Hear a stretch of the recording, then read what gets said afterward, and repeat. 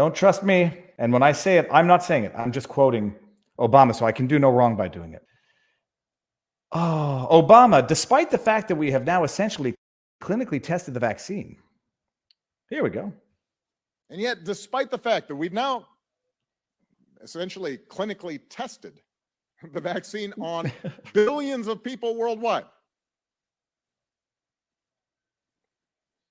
around 1 in 5 Americans is still willing to put themselves at risk and put their families at risk rather than get vaccinated. I love his dramatic pauses. People are dying because of misinformation. Oh, yeah, they are. They are. Let's listen to this again. I loathe the pretentious pauses for dramatic effect. I loathe them. And yet, despite the fact that we've now essentially clinically tested the vaccine on billions of people worldwide. Clinically tested. Dramatic pause. Do you know what you just said? Around 1 in 5 Americans is still willing to put themselves at risk and put their families at risk rather than get vaccinated. Do you know what it means to clinically test something on billions of people? It means that when they told us it was safe and effective, they had no reason for telling us it was safe and effective because they were clinically testing it on us at the same time they were telling us it's safe and effective, so take it. I'm sorry. Am I not allowed getting angry at that? Some of you say I got what I deserve and I'm an idiot and I caved into my own cowardice. And maybe there's an element of truth in that. I stuck that in my own, it wasn't in my veins. It went into my arm. I put that in my body twice. No more recently than August 2021, people. So if something happens to me suddenly and, whatever, just know that I'm not getting a booster. Or I'm not getting that booster. I put this in my body. They said it was safe and effective at the time. And I'm not stupid. I knew that you can't say something is safe and effective when you haven't had 10 years of safety data to see if it's safe and effective. But I was ignorant enough at the time to say, what's the worst that this can do? I mean, it's just a little bit of fluid that they put in your body. It boosts your, it's supposed to trigger an immunological response. What's the worst it could do? That was my stupid thought process at the time. Ignorant, naive. Should have known better, but maybe I didn't. Should have been better, but maybe I wasn't. And I had my own reasons, and I say I'll live with my own risks. I say, okay, there's risk here, there's risk there. I'm going to take my risks so that I can live with myself. Clinically tested on billions of people in real time. That's not science. That's arguably a crime against humanity. And I'm not being hyperbolic. I remember this is the evolution of life. I remember hearing people say Nuremberg Code violations, crimes against humanity. And I was like, that's a little much, don't you think? That was before Obama gets up on stage and thinks he's like the hero to tell us, despite the fact that we've now effectively clinically tested on guinea pigs. Oh, you were the guinea pig, by the way. We forgot to tell you in real time. Passion aware. That was my second thought. Perhaps that particular dramatic pause was Obama realizing what he just said, but deciding to plow ahead anyhow. Yep, that's definitely not an now, but he has those baseline dramatic pauses because he's an orator. He's the greatest spokesperson ever. He can tell you they just tested on you in real time, and you'll say, "I'm good. Yeah, I'm part of the club now. We did it for the team." I remember people saying Nuremberg Code violations, crimes against humanity. They might have been right. I might still like to say they said it too early because they didn't have all of the information that we have now, but maybe they were just a little bit more ahead of the curve than I was.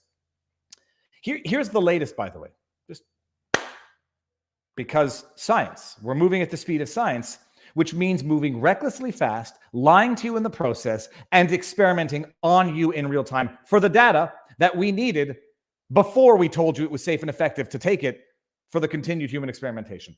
Listen to this. Here we go. Just check the date. I just want to make sure I got the right date. This is November 12th, 2022. That's 2 days ago. That's Saturday. Myocarditis after COVID vaccination. Research on possible long-term risks underway. Oh, there's the speed of science, and then there's the speed of putting the carriage in front of the horse.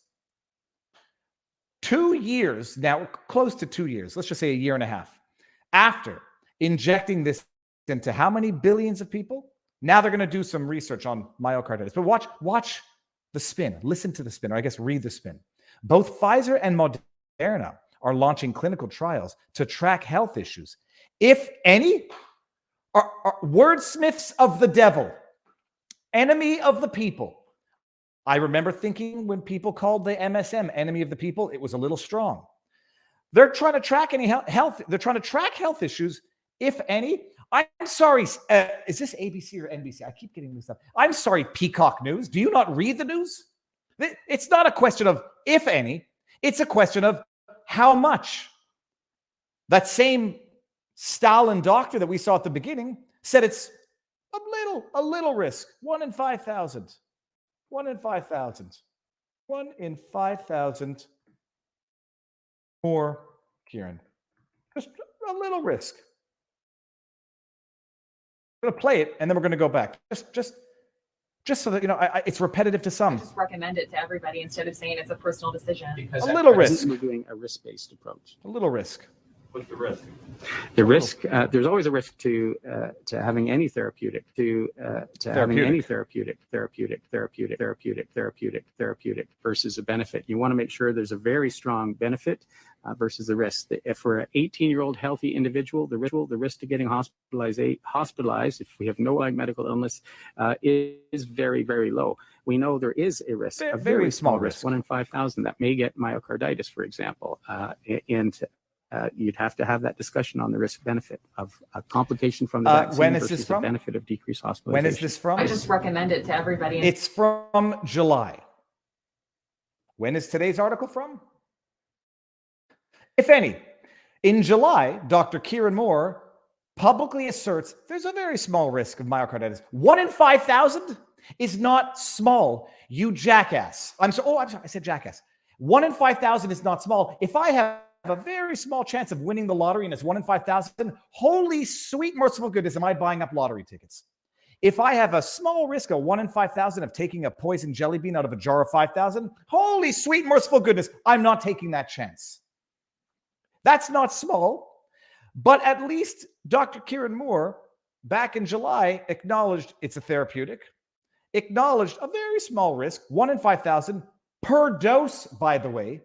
Rack that up if you take 3 doses in a row. It's flipping a coin. It's 50-50. I forget how to finish that analogy. It's not random. It's cumulative.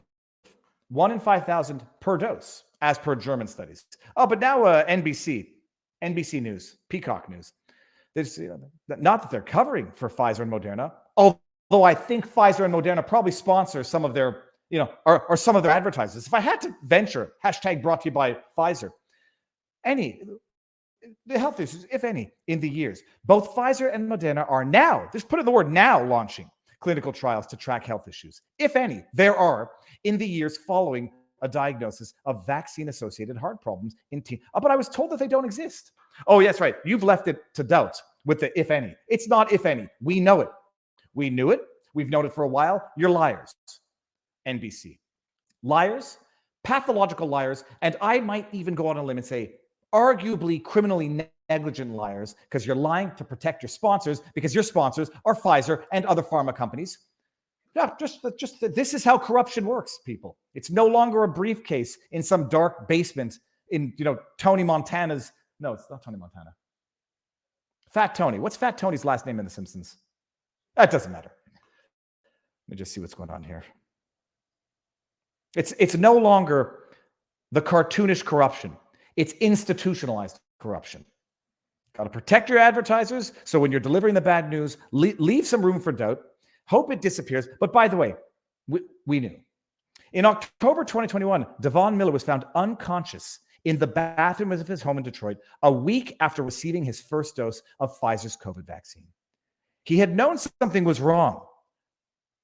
Then, 22, he started experiencing chest pain 2 days after getting vaccinated, followed by fatigue, shortness of breath, and dizziness. So I'm sorry, you're giving a testament of a concrete example of someone who suffered an adverse reaction, and in your header, you're putting in the qualifier, if any, when you know that there are at least one.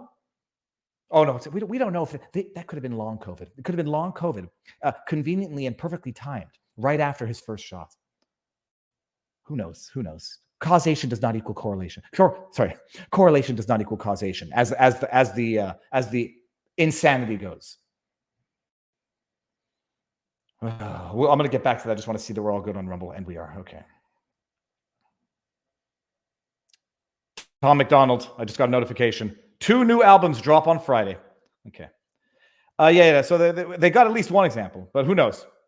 Correlation does not equal causation. Everybody who has an adverse reaction, correlation does not equal causation. Abolish the virus. Miller is one of a very small group of people in the United States who've experienced myocarditis. Well, I've seen at least 3 videos of people who've done it in the last week following their vaccination with Pfizer BioNTech or the Moderna COVID vaccines based on mRNA technology. Myocarditis is a condition that has been linked to a number. Oh, here you go. Plant the seed of doubt again. And from what I understand, by the way, there is maybe some debate as to whether or not the Rona can cause the myo, but set that aside. I'm not a doctor and I see conflicting reports. Myocarditis is a condition that has been linked to a number of viral infections, including influenza. Coxsackie viruses. I never get that. You never get too old to laugh when you hear Coxsackie virus. Sorry. There's a place in New York State also that, what is it called? I think it's called Coxsackie. And it's funny.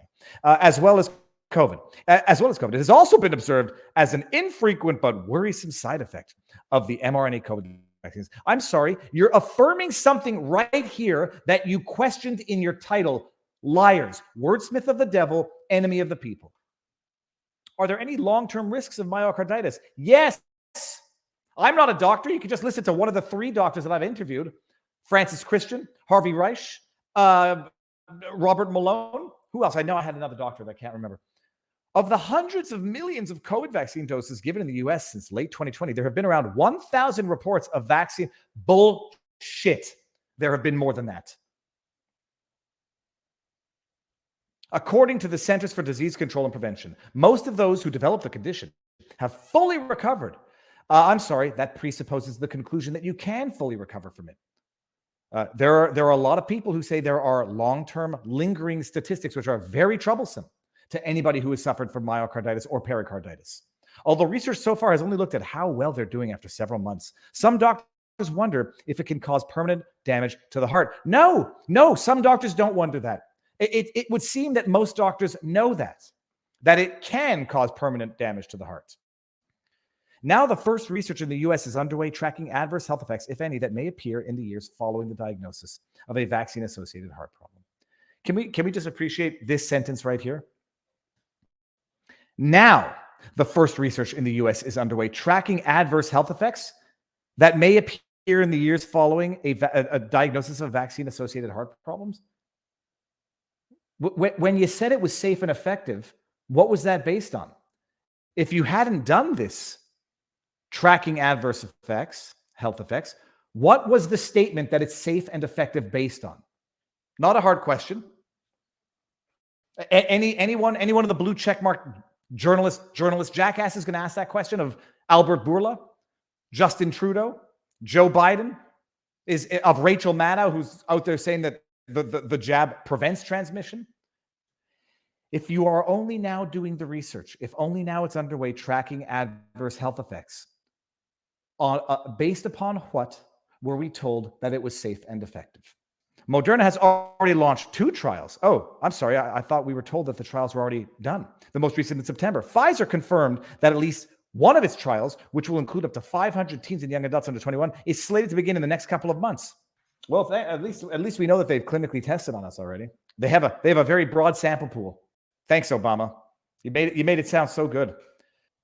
They've required drug makers to conduct. The FDA has required that the drug makers conduct several studies assessing the potential long-term impacts of myocarditis as part of its approval for the mRNA vaccine. Some of the trials will follow those who developed the condition for as long as 5 years. Oh, safe and effective. No, there you go. We know what's needed for safe and effective. According to the FDA's approval letters, the trials will be monitoring for myocarditis and subclinical myocarditis, which doesn't cause any symptom. I'm going to go get my heart checked. Problem is, I might have inflammation of the heart just because of high energy frustration in life. The FDA declined to comment on Pfizer and Moderna studies because they're ongoing, but an agency official said the chance of having myocarditis occur following vaccinations is very low, 1 in 5,000. Do the freaking math. If it's 1 in 5,000, just do the math. That is 1 in 5. I can't even do the math. There is no LSD. The condition does not lead to cardiac-related death, the official said, as claimed by Florida Surgeon General. Oh, really? That's why they're telling young people to urgently go get their hearts checked all of a sudden. That's why SADS has now become something that everyone has heard of when no one had heard of it previously. There's no evidence of increased risk of deaths following mRNA vaccine compared to individuals who did not get vaccinated. How do they know that? In fact, evidence from well-conducted, peer-reviewed, published studies suggests that the risk of death is higher for unvaccinated individuals for nearly every group. Oh. Okay, the vast majority, yada, yada, yada, yada, yada. Okay. Vaccine-associated myocarditis is usually milder than viral type, and most people with the condition make a full recovery, said Dr. Nicole Klein, a vaccine expert at Kaiser Permanente. I know that there's a debate about this, and I don't want to get into it for today. Maybe one day we'll have a doctor on who can do it. Maybe Dr. Nicola Klein will come on. Let me screen grab so I can get her reach out on Twitter, but whatever. I might be too toxic for her to reply to. In some cases, people who've developed myocarditis after a viral infection can suffer scarring along the heart's tissues, reducing its ability to pump blood and circulate oxygen around the body, said Dr. Leslie Cooper, the chair of the Department of Cardiology at the Mayo Clinic. Can we read that again, by the way, and everyone understand what's going on here? They tell you that myocarditis is temporary, mild, can be fully resolved, while then telling you all the way at the end of this article, in some cases, people who've developed myocarditis, let's just leave out the word after viral infection. People who've developed myocarditis can suffer scarring along the heart's tissues, reducing its ability to pump blood and circulate oxygen around the body. Oh, I'm sorry, because I thought earlier on in this article, you told us that myocarditis can be mild and it goes away. And here, what you're saying is myocarditis after viral infection, although I suspect it's not much different, if at all, than after a jibby jab myocarditis-induced myocarditis. I suspect it's not any different. So it can scar the heart, reduce its ability to pump blood, and circulate oxygen around the body. That's not good for you. Like I'm no doctor. That's not good for you.